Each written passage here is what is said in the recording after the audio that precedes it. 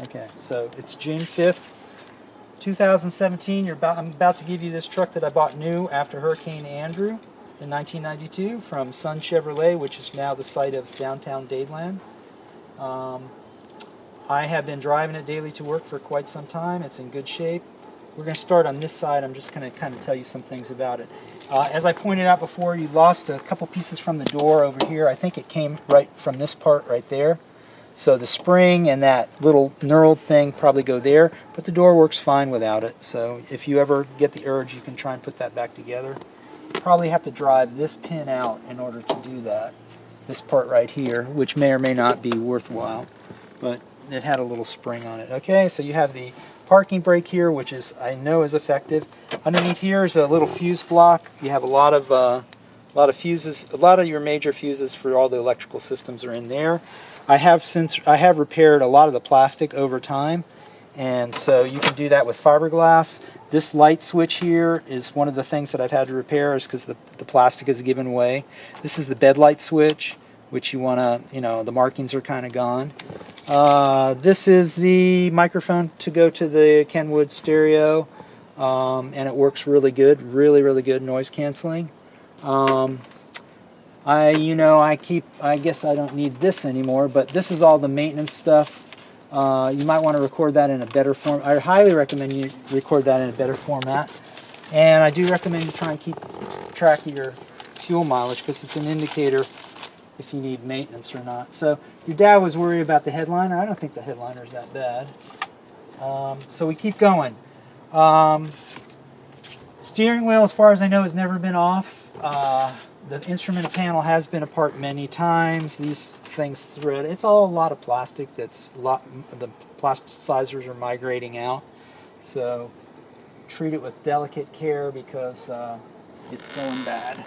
And I'm going to take out this kind of thing, but this is a way to hook up your phone. You can probably get one that'll work with yours. I'm going to take out the stereo. The reason I put in the tack is because I was having stalling problems, and I wanted to know what the RPM was, and I can tell now that the RPM is too low. It's because when I started in the morning, most of the time it's running about 400 or 500 RPM. It really should be like 1,000 RPM, but that it's not sensing the engine cold quite right, so we'll have to see on that. So I'm going to take out the ham radio. This little blinky thing is one of the things I put in. You can pop that out. It's hooked up to the battery. It'll run forever. And it's just kind of to make somebody think twice about breaking in thinking it's an alarm. The AC works well. I replaced the compressor and new refrigerant probably about 8 or 9 years ago, I think. It's an important safety item, the air conditioning, because you cannot, in hot, muggy weather like this, the windows will fog up if you don't have air conditioning. You can roll down the windows, and you see I have the window guards here, but to drive safely, especially at night, you need to have the air conditioning functioning so that you don't have the windows fogged up. It's definitely important. I got to remember to take this off. I'm not going to take it off right now, but that's something. I'm not giving you my sun pass. And we'll keep going. So the AC works well. If you put it on recirculate, it works a little better. The fan bearing in there is going. If you ever decide you want to have a lot of fun and take the whole dash apart and fix the dash pad and do whatever, you definitely should also change the blower motor, probably the entire blower motor, because the bearing is shot. So it primarily works it's a 3-speed fan motor. Primarily works in medium and high. Low, it barely has any air. And as you do the fan motor, maybe there's some debris in there. These don't have cabin filters, so there's some chance that leaves or something have gotten down in there and blocked the filter. So we'll keep clearing it out. As I've already told you that this little thing is missing the one of the lights, and that's in here. And I'll leave that for you, but I'm going to take some of this other stuff. There's the lens, and I'm going to take my USB things, my chargers. I'll leave you the cigarette lighter, and take out my quarters. Yeah, and the radio I've changed the radio. You're going to get a spare radio. The radio has two parts. It has the head unit here, and this is all fully functional. I changed it about a month and a half ago. And underneath the dash is the actual tuner unit and the amplifier section. And that's connected, has a very tricky to attach antenna cable that comes from over there. And so you have to have, it's really could be very frustrating, but you'll get good radio reception if that stays attached. And this unit right here, the Kenwood, uses this right here. This is the antenna for the Kenwood. That's a powered antenna that's stuck on the window in the back. And the Kenwood also uses cables that go underneath here to two speakers. So the built-in radio has 4 speakers, and you can adjust the balance and the fade. The Kenwood has 2 speakers that are right back here. So in my opinion, the sound is better from the built-in radio. But this has Bluetooth and digital radio and a CD, so it just depends on what you want to do. If you just want FM, you can listen to this and it sounds good. It sounds better. And the Kenwood, of course, has the hands-free phone connection. So let's kind of move over here. So I say I have replaced the seat belts. They do kind of get snagged at times. I'm going to take some of this stuff out here. I use this for driving on the airport. It's not expensive, but I do, rather than buy another one, I'm going to take that. And I have this these towels here because I once given people glider rides and they barf in the glider. I need something to clean up with, so that's why I take those. Isn't that nice to know? And little poncho, I'll probably leave you this right here, emergency poncho for the rain. And all the records are underneath here. And I'm going to pull that out. I'll leave you the fire extinguisher, just in case the engine catches fire or somebody else's engine catches fire, you can do that. So all the maintenance records are down here in these envelopes, right there. There's really not that much. And these are like this. There's a bunch of trash in here, so we'll get some of it cleaned out. There's some antenna stuff underneath we'll get rid of. And I'm getting hung up on something here. So we'll continue to clean this out, but we don't need to put that on the video. Let's look at the oh, here's the other light bulb that I lost. Right there.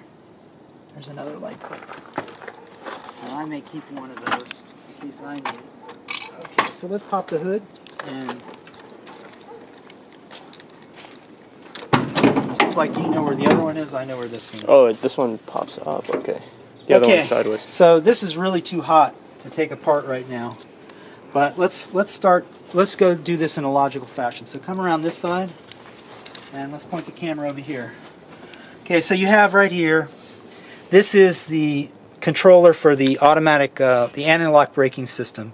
The anti-lock braking system on this truck is only the rear wheels, okay, which have very little weight on them, and they do tend to lock up. This is a brake booster, power brake booster. I have this habit of flashing the brakes as I'm stopping so somebody doesn't run into the back of me. It's been pretty effective, but it does tend to wear out the brake booster a little faster. So I'm on number 4 of these brake boosters. Sometimes they come with a master cylinder attached. The last time they did not change the master cylinder. So sometimes they come as a unit with the master cylinder attached, sometimes they don't. So this is all your braking stuff right here. Power window washers. This has been pretty good. Don't overdo it. This is part of the EPA stuff. It's basically a canister. It just shut. Nope. What? The camera just went black for a second. Okay. Says it's recording. Okay. So this is the this is a charcoal activated carbon canister for vapors. This is the steering gear. The brake lines are all pretty good. This is the top of the coil and shock absorber. That's the top of the shock absorber right there. This is the steering gear. There used to be a rubber boot here, but if you're not going to hopefully go mudding, so you're not going to have a problem. Come around this side, and I'll show you some more of this stuff. So this is the power steering pump right here. This is one of the sensors. I'm not sure if this is the. I think this might be the temperature sensor. the engine coolant temperature sensor. Notice that the oil is 5W30. That's really what you should use, 5W30, not 10W30, 5W30. Okay, spark plugs are easy to get to, right there. 1, 2, 3, 4. 1, 2, 3, 4 on this side. This engine does not have a fancy exhaust system. It's constrained in terms of horsepower both on the intake and on the exhaust. People change it out, but the truth is it works just fine. It's got plenty of horsepower unless you're towing a big, humongous boat, and you'll never hurt the engine because it's kind of like a governor that keeps it from going too fast because it's bound. It doesn't breathe that well. The air cleaner, I'm going to try and pull this off right now because you'll be able to see a lot more stuff if I do. And I have repainted this. There's a light here and another light over here. See that light there? So I don't know if the bulbs are burnt out or what, but those are nice to have if you have a problem on the road where you need to repair it. At least you have some light. There's instructions about how to check the transmission fluid, you know, what's hot, what's cold, etc. So the top comes off. Okay, smell a little gas. This is the air filter, and I just bought you a new gasket. This looks like it's mostly good. You see there's a few leaves and stuff here, but it's not too bad. So I'm going to put that, I'm going to leave that off, but this was going to bring in cooler air from the outside, so this connection is important. So is that. See that connection down there? A lot of times the mechanics leave that off. That's the positive part of the positive crankcase ventilation. It's bringing oil fumes and warm air back. Actually, this is to preheat the air to kind of get a little better air mixture in the with the fuel. So I'm going to lift this off because there's a lot more that you can see.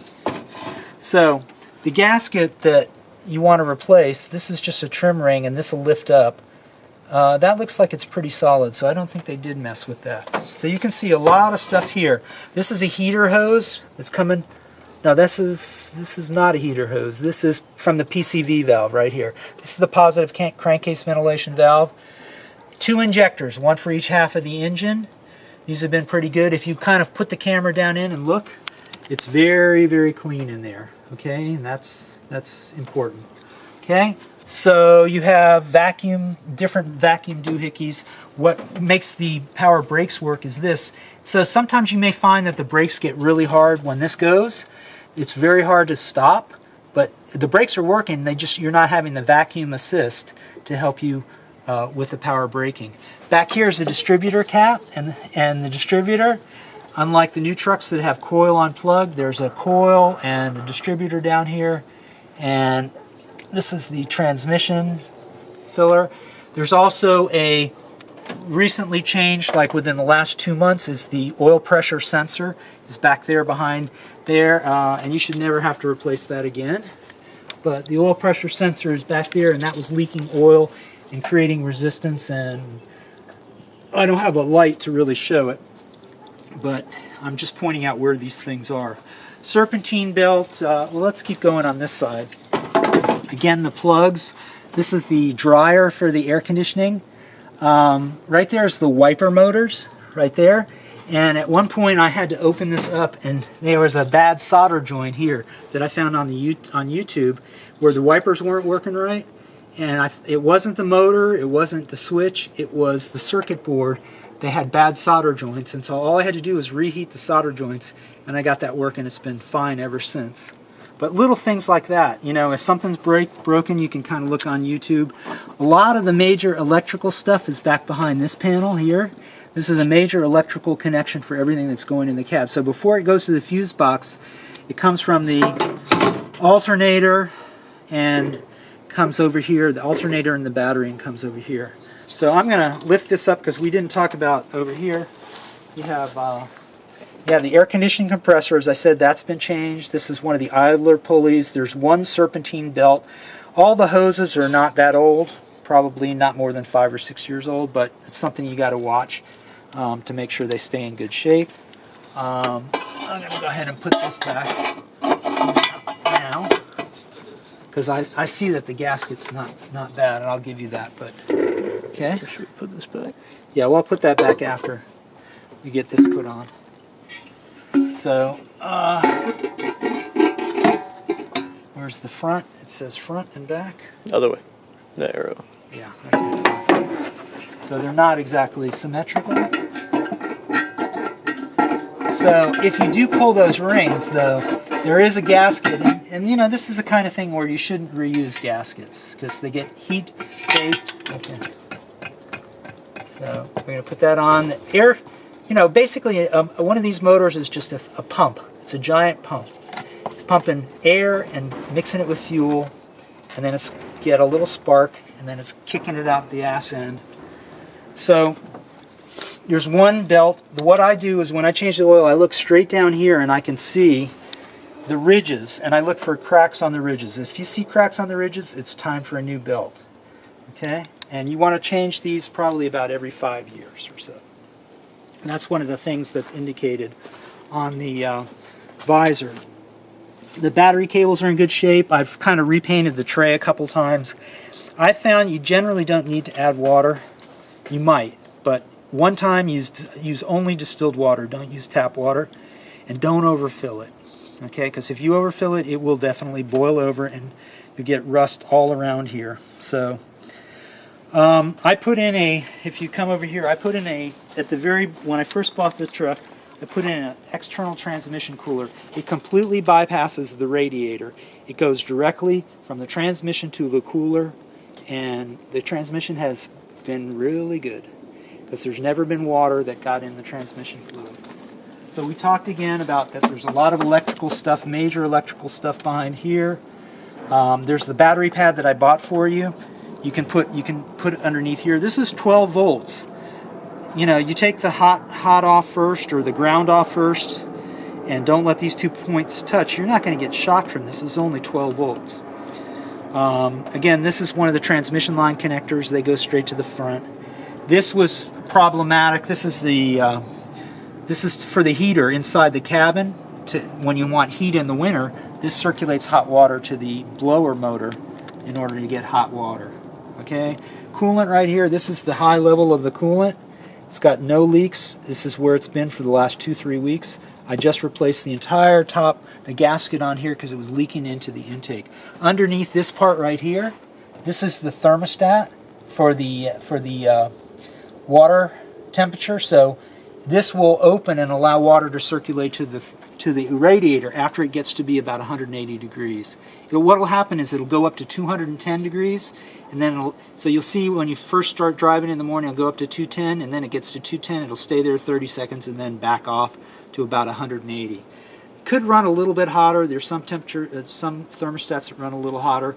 It's actually more efficient for the engine to run a little hotter, but I don't know. This is this first or second radiator, probably the second radiator. It's a recent gas radiator cap.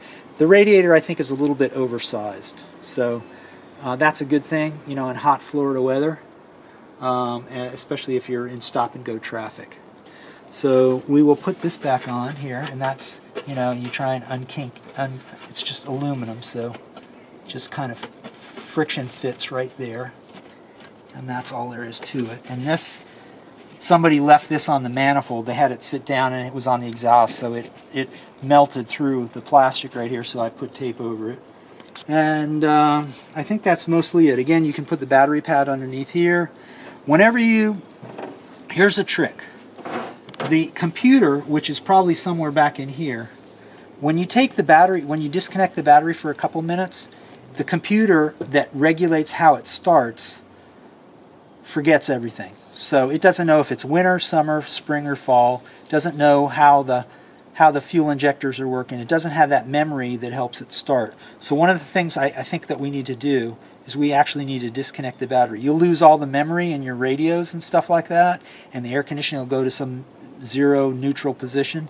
So you lose all sorts of memory, but it's not necessarily a bad thing because it's not the memory may be overloaded or something because it's not starting quite right now. So it'll reset this to the defaults, and it'll start relearning how to start in the morning, because right now it's so hot it's not starting that well in the morning. Okay, so we've been through this. There's places that you lubricate right here. I would really work hard at keeping all the vents clean, not letting leaves and shit get back down in here. The gaskets are life. You know, treat your gaskets with respect, and they'll keep water out of your cabin. Once you start getting water in the cabin, it's a musty, moldy, mildewy mess, and things start rusting. So, you know, you did it on the on the other truck, so you treat all the gaskets as soon as possible. Lubrication points like places like this and that. Again, never open that when it's hot. And normally when I add coolant, I add it here. This is the place where you add the coolant, not here. Okay, I think that's most of the stuff under the hood. You see all the dirt and stuff here? I would definitely kind of clean that off. I would give it another, you know how to do it. You did it on the other truck. But I think the reason that some of this is so bad is I had some oil leaks, and people left the breather off, and I didn't know it. So if you have this breather off, it'll blow nasty, dirty shit up into the air, I think. But it's a very simple design, very simple system. It's a mechanical transmission shifting. I mean, there's electric shift, but it has a throttle position sensor, I think, and the gas pedal is directly connected by a cable. It's not electronic, so it's pretty simple. Wiper blades were changed probably when I bought the airplane. I know that's when they were changed, so they're in good shape. You don't want to get scratches on the windshield, so you definitely, you know, in the rainy weather, you might need to change the plugs once a year. I have a spare mirror. I don't know if it's this side or the other side, so I'll give you that. Come back here. Gas tank. This is a little different. You know, this gas tank, you can tuck the cap here, but this one allows you to put a siphon hose here. A lot of the new ones have a restrictor that don't allow you to do that, but in a hurricane, you got 32 gallons of gas here that you can use. Or if your friend's car is broken and or out of gas, you can donate a little bit of gas. So I have a replacement for that bed unit, which you can use, and I'll give to you. I have no need for it. Tail light, you may already know. In this one, hooked up to the wire for this reverse light is a little beeper, a little piezo sounder that when this light is illuminated, some of the electricity sends to the sounder. It's not super loud. It doesn't meet the commercial requirements of a garbage truck backing up. But if there's somebody behind you, it gives a little bit of warning to someone behind you that you are about to back up. Okay. Again, the bed liner's been in at least for 24 years, I think. I drove it for a long time without the tailgate on to try and lighten the load when gas was really expensive. I think it helps. It's an extra 100 pounds of dead weight that you don't have. Also, I don't know, there's been Mythbusters or something that said that there's no aerodynamic difference. I do think there is an aerodynamic difference. This is a U-Haul hitch with the connectors, and I think this is good for like 8,000 or 9,000 pounds, but you need to check, see what class it is. You might want to do a close-up of that and Google it. I think it's definitely good for 8,000, but whether it's more than 8,000, I don't know. And you need to know on your owner's manual how much you can tow. These could probably use a good buffing, you know, clean them up or replace them. Use the standard bulbs that I'll give you the standard bulbs. They're 3057 and 3157 for most of the tail light bulbs. And again, the headlights, we'll go around the front. Headlights are the standard rectangular ones. And so this are the trim rings here that I have spares of, because these I had to touch up. They were almost rusted through in certain spots. But you don't want to mess with the alignment. You just want to take the ring out, and this unplugs. The light basically unplugs like from the front. You don't have to do anything. And I think I have a spare one of these. I do, and I know I have another one of those. So it's not so chewed up. So that's another free part. Okay. The paint, yeah, it's starting to flake. That's something you learn how to do that. You can do that yourself, these little touch-up things. It's galvanized underneath. Everything I know is galvanized. I heard that maybe this roof panel right here is not galvanized, but it's hard to say. There's a little bit of rust that was from a roof leak inside the house. So basically, I think that's most of it. The underside is when you want to replace the fuel pump, and it's been replaced once, you have to either drop the tank or take the bed off, or tilt the bed. And the gas tank is very long, and it holds 34 gallons. So looking at this, what I say is unique about this truck is that there's almost no rust. If you were to look at a brand new Silverado 2014, this is 2017, if you were to look at a 3-year-old Silverado up north, meaning outside of Florida, any place where there's snow and a little bit of salt on the road, this frame is probably in better shape than a 3-year-old northern truck. So I hope that you'll wash it off and kind of keep it clean, because it'll go forever. The drive shaft, look behind you, move the camera. The drive shaft is carbon fiber and aluminum. Very high tech. Carbon fiber and aluminum. The universal joints have been replaced. I'm not sure if both the front and back have been replaced or just the back, but some of them have been replaced. So carbon fiber, very well balanced. The truck runs very smooth. Over there, can you see where I'm pointing? Yeah. That's the catalytic converter. Tailpipe is pretty good. The muffler's got a few spots. You could touch it up with a fiberglass patch if you wanted to, but I think it kind of sounds pretty cool the way it is. It has a little more bass note to it, so I haven't fixed it. But if you drive it, if you don't drive it very much, it'll never heat up enough to drive the moisture out. Over here near my hand, this is one of 2 of the emergency brakes. So it has a pedal, that's the emergency brake. This is the cable that works that. Okay, you have some of the mounts for the bed, which still feel kind of resilient. And, you know, the spare tire carrier, differential, springs. This is a very stiff riding truck because it's got springs designed for 3/4 of a ton of payload in the bed. So you might see people that like to raise a truck or lower a truck. As soon as you start doing that, you affect the alignment of the drive shaft. The drive shaft is in as straight a line as possible, and the universal joints, although they allow some up and down and sideways movement, the straighter they are, the longer they'll last. And you don't want to like lose a drive shaft because you've jacked up the truck and whatever. But you see the bed is, the underside of the bed looks perfectly good to me. It's just a little dirty. Yeah, front suspension, I don't know what else to tell you. We talked about the tailgate. You know, I'm sorry about the body stuff, but you know, you could spend a lot of money trying to get the body good as new, and then somebody will just open their door and slam you again. So the question is, why bother? So I would try and get the lights fixed up. One of the problems if you try and do LED bulbs, I've considered LED bulbs a lot of times.